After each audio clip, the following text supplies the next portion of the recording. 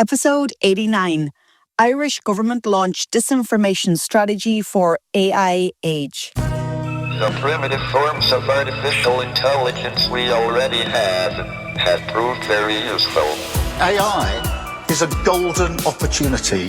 How do we ensure that this technology is regulated? The long arc of technological history is now in an extraordinary new phase. The AI6 podcast with Joanne Sweeney.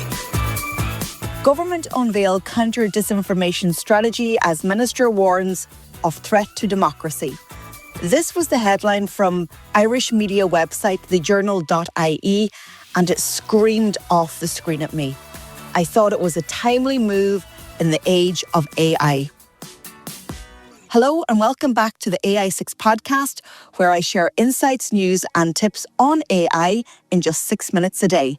On Saturdays, I publish The Long Listen, an interview with an expert or practitioner of AI. On Sundays, I take a break. So, the National Counter Disinformation Strategy from the Irish government, published in April 2025, outlines a comprehensive rights-based approach to combat the growing threat of disinformation while safeguarding freedom of expression. Not an easy balancing act. Developed by a multi-stakeholder working group, including representatives from government, academia, civil society and industry, the strategy is built on 5 core principles. 1. Protecting freedom of expression. The strategy emphasises countering disinformation without infringing on free speech, ensuring that measures respect individual rights. 2. Building resilience and trust. By promoting media literacy and public awareness, the strategy aims to empower individuals and communities to critically assess information and reduce the impact of false narratives. 3. Enhancing cooperation and coordination. The strategy calls for increased collaboration among stakeholders, including media organisations, tech platforms and civil society, to effectively address disinformation. 4. Corporate accountability and regulatory enforcement. It advocates for holding digital platforms accountable through regulatory measures, ensuring they take responsibility for the content disseminated on their services. And 5. Evidence-based interventions. The strategy supports the development of research-informed countermeasures, including fact-checking and pre-bunking initiatives to proactively address disinformation. Of course, with any strategy, you need an implementation plan.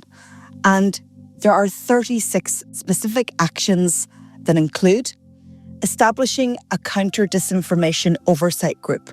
The body will monitor the implementation of the strategy and coordinate efforts across sectors. Promoting media literacy. Educational programs will be developed to enhance the public's ability to identify and critically evaluate disinformation. Supporting fact-checking and pre-bunking information. The strategy encourages the growth of independent fact-checking organisations and the use of pre-bunking techniques to inoculate the public against false information. Strengthening public communications. Efforts will be made to improve transparency and trust in public institutions through clear and accurate information dissemination. Implementing regulatory measures. The strategy supports the enforcement of existing and new regulations to ensure digital platforms address disinformation effectively.